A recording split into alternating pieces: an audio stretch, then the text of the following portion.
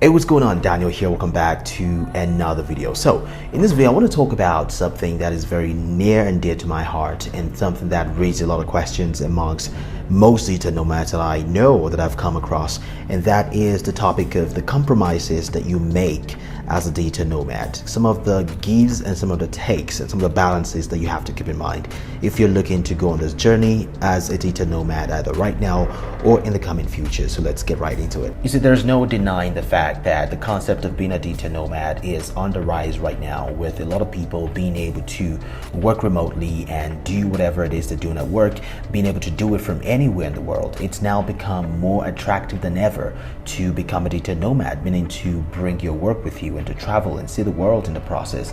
But there's a lot of glamorization of the digital nomad concept online.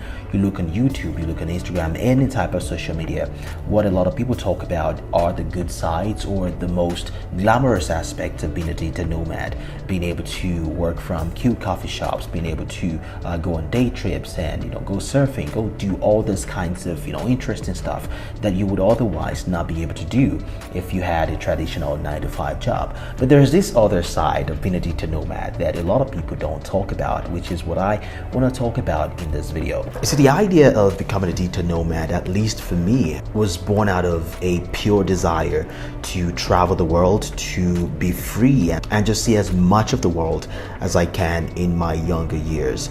It was not fueled by the desire to go do something that I found on Instagram or go live a lifestyle that I only aspired to because someone else told me that it was going to serve me. Now, when I made that decision back in early 2021, I knew that it was going to cause a lot of distraction. It was going to, cause me to slow down in a lot of the things that I'm working on, and which leads me to number one compromise that a lot of people, including myself, have to make when you are trying to live this digital nomad lifestyle, and that is your finances. Now, unless you are someone who comes from money, or maybe you have a trust fund, the fact that you are willing to travel around the world and leave your traditional 9-to-5 almost always means that you will be taking some type of hit when it comes to your finances. Before I started traveling, I had a traditional 9-to-5 job. I was a salesperson at an automotive dealership, and I was making good money doing that. But something happened. There was a shift when I started, when I decided to travel.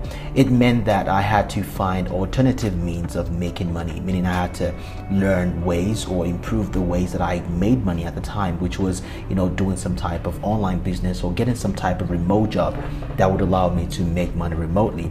And that's exactly what I did. So leading up to the time when I was going to finally quit my job and start traveling, I took my digital marketing, business. I learned more skills. I took my business more seriously because I knew that that would be my only source of income if I wanted to continue on that lifestyle. And that meant that sometimes when I took on freelance clients, I didn't know exactly how long those clients were going to be around for. Some months I don't know how much I'm going to make. Some months I might end up, making less. Some months I might make a lot of money. And that means that I get a lot of anxiety when it comes to my finances, because as much as I want to continue living this life, I also knew that I may not have as much money next month as I do right now. So finances is one thing that a lot of people don't understand. And in my journey as a digital nomad, I've come across a lot of travelers, a lot of digital nomads who have inevitably had to go back home or go back to their previous lives just because they could not sustain that lifestyle. So if you're looking to get on this journey, you have to keep in mind that finances is something that is going to pose some issues unless you are, from money or you have some trust fund. You're gonna have to rely on yourself, rely on your skill, rely on your discipline in order to make money. So that's the first compromise that I believe that you will have to make. Now, let's talk about the second compromise, which is your relationships. Now, there are several ways to look at this. You can look at relationships from purely a platonic standpoint, or you can look at it from a romantic standpoint. And I'm going to talk about the platonic side, because that is not as negative as what I'm about to talk about right now, which is the romantic relationships. A lot of us, the way we are built, we're humans, right? We are built to connect with other people. We are built to create connection with others. And if you are someone who wants to have a relationship or a long-term relationship, or maybe planning for that, being a digital nomad will inevitably, set you off that course, maybe for a few months or for a few years. And it obviously, changes the way that you see things, the way you relate to people. Because now, if you are going from country to country, your relationships are going to be very transient. Some people are coming into a city maybe for a few days or a few nights, and they will be gone before you know it. And now you're building up relationships with those people, but in just a few days or a few weeks, they're gone. So saying goodbyes every time really messes with your psyche one way or the other, and just takes your mind off the practicality of any type of romantic relationships. So if you are lucky enough, maybe you find someone who also enjoys traveling. Maybe you meet someone who wants to travel together and build a life doing that, or build a family on the road. But that's not always the case when you are a digital nomad. A lot of the times people don't find someone who is compatible enough to go on this journey with them. But eventually, maybe you find something, maybe not. But my point of making this video is to tell you that if romantic relationships is something that you crave, maybe you just always like to be in a relationship, some people do, being a digital nomad is not going to allow for that. You're going to have to say goodbye to people a lot, and that is going to change the way you see things, the way you relate to people, and it's very good to keep in mind. Now let's talk about the overall mindset that you have about life, about everything, pretty much every aspect of your life. Traveling constantly and constantly having to say goodbye to people always have a way of changing the way you look at life, the way you live your life. If you are someone who loves to keep things, maybe you love a cozy environment, you love to have your own privacy, or maybe you just like to be settled and just like to be stable in a place, being a digital nomad is going to change that. It's going to change the way you your relationship, even with the regular things.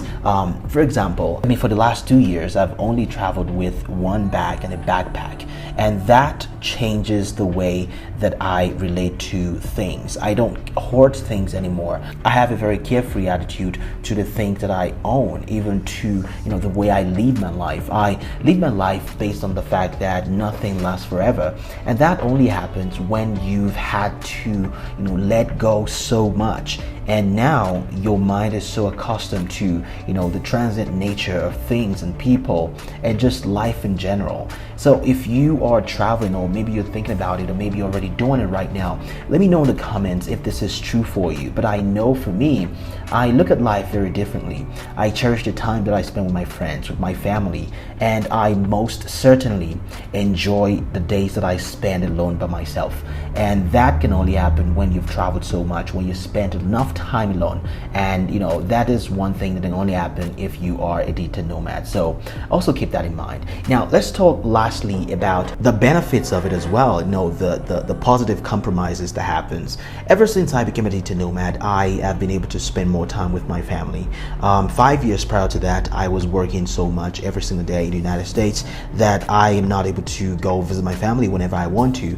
And for example, in the last 1 year alone, about 3 of my friends have gotten married, and I've been able to be present for all 3 weddings, and I have 2 more weddings in the year 2023 to attend, something that I would definitely not be able to do if I had a traditional lifestyle, a job with 9 to 5 that requires me to be there every day. So being a digital nomad just gives me the flexibility of time, the flexibility of fantasies of where and how to spend my time and the people that I spend it with.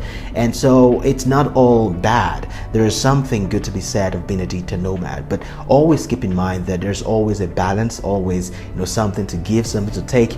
And if this is something that you still want to do, I would say go for it, because it's going to have a net positive return on your life and the outcomes of things that you invest your time in. So if this video has been helpful, let me know down in the comment section down below. And if you're a digital nomad right now, let me know how these things have affected you, if you relate to the things that I've said, and let me know if you have any questions. Check out the links in the description. My health insurance is right there, and some of the tools I use to travel efficiently and affordably. Again, my name is Daniel, and I will see you in the next video.